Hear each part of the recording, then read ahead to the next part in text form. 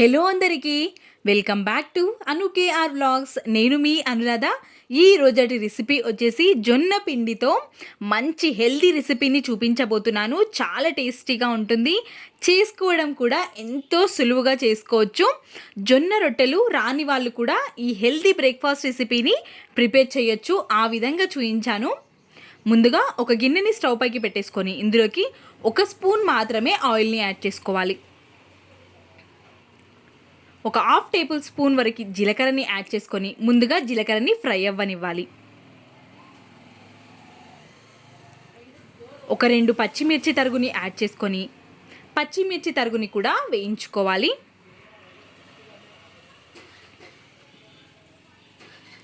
పచ్చిమిర్చి తరుగు కూడా వేగిపోయిన తర్వాత ఇప్పుడు ఇందులోకి 1 కప్పు వరకు మనం ముందుగా తరిగి పెట్టుకున్న క్యారెట్ తురుముని, 1 కప్పు వరకు క్యాబేజీ తురుముని, 1 కప్పు వరకు పాలకూరని, కొత్తిమీర కరివేపాకుని కూడా యాడ్ చేసుకొని కలుపుకొని ఒక 50% ఉడికేంత వరకు ఉడకనివ్వాలి.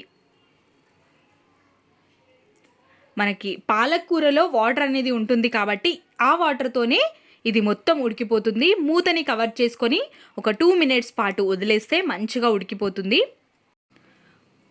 2 మినిట్స్ తర్వాత మూతని తెరిచి చూసిన తర్వాత 50% ఉడికింది అనుకుంటే 1 స్పూన్ వరకు ఫ్రెష్గా పట్టి పెట్టుకున్న అల్లం వెల్లుల్లి పేస్ట్, రుచికి సరిపడా ఉప్పుని కూడా యాడ్ చేసుకొని మొత్తం మిక్స్ అయ్యే విధంగా కలుపుకోవాలి.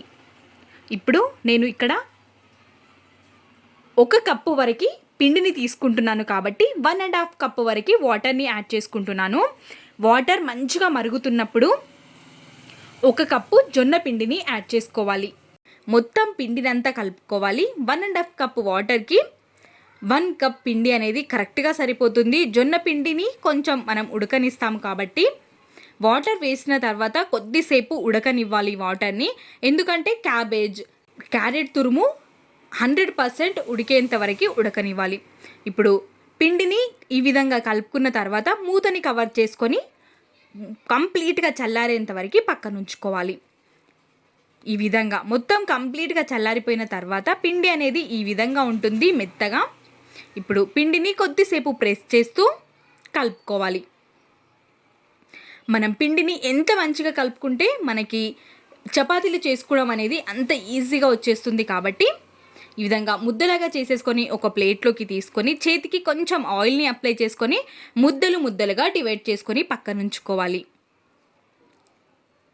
అన్నింటినీ ఇదే విధంగా చేసుకొని పెట్టుకోవడం వల్ల చాలా ఈజీగా అయిపోతుంది. మనకి ఒకే సైజులో వస్తాయి అన్నీ. ఇప్పుడు నేను తీసుకున్న పిండికి 5 అనేవి వచ్చాయి నాకు. ఇప్పుడు బటర్ పేపర్ని కానీ ఒక ప్లాస్టిక్ కవర్ని కానీ తీసుకొని దీనిపైకి 1 టేబుల్ స్పూన్ వరకు ఆయిల్ని యాడ్ చేసుకొని ఈ విధంగా స్ప్రెడ్ చేసుకోవాలి. ఎంతో తక్కువ ఆయిల్తో మనం హెల్దీగా ప్రిపేర్ చేసుకోవచ్చు ఈ రెసిపీ అనేది.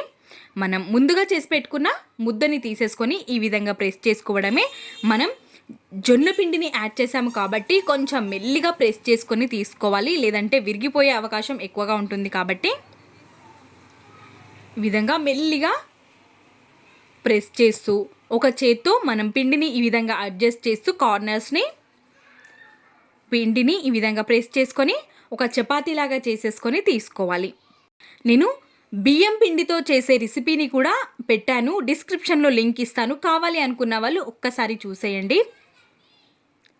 ఈ విధంగా చేసుకున్న తర్వాత ఒక ప్యాన్ని స్టవ్ పైకి పెట్టేసుకొని ప్యాన్లోకి 1 స్పూన్ వరకు ఆయిల్ని కూడా యాడ్ చేసుకొని చేసి పెట్టుకున్న చపాతీని వేసేసుకోవాలి ప్యాన్ పై. చాలా హెల్దీగా ప్రిపేర్ చేసుకునే ఈ రెసిపీ తప్పకుండా ట్రై చేయాల్సిన రెసిపీ.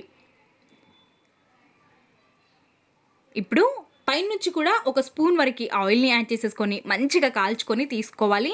మనం జొన్న పిండితో ప్రిపేర్ చేస్తున్నాం కాబట్టి కొంచెం టైం ఎక్కువగానే పడుతుంది.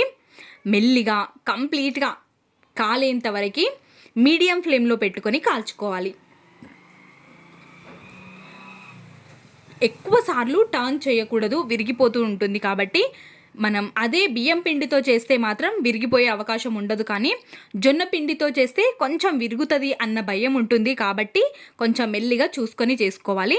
ఇంకొక దాన్ని మనం కాల్స్తూ ఉండగానే ఇంకొక దాన్ని కూడా ప్రిపేర్ చేసుకొని చేసుకోవడమే. ఇలాంటి ఈజీ రెసిపీస్ మన ఛానల్లో ఇంకా ఎన్నో ఉన్నాయి. డిస్క్రిప్షన్లో లింక్స్ ఇస్తాను, కావాలి అనుకున్న వాళ్ళు ఒక్కసారి చెక్ చేయండి. చాలా హెల్దీ రెసిపీ కాబట్టి ఖచ్చితంగా ట్రై చేయండి, మీకు కూడా ఖచ్చితంగా నచ్చుతుంది. వీడియో నచ్చితే ప్లీజ్ సబ్స్క్రైబ్.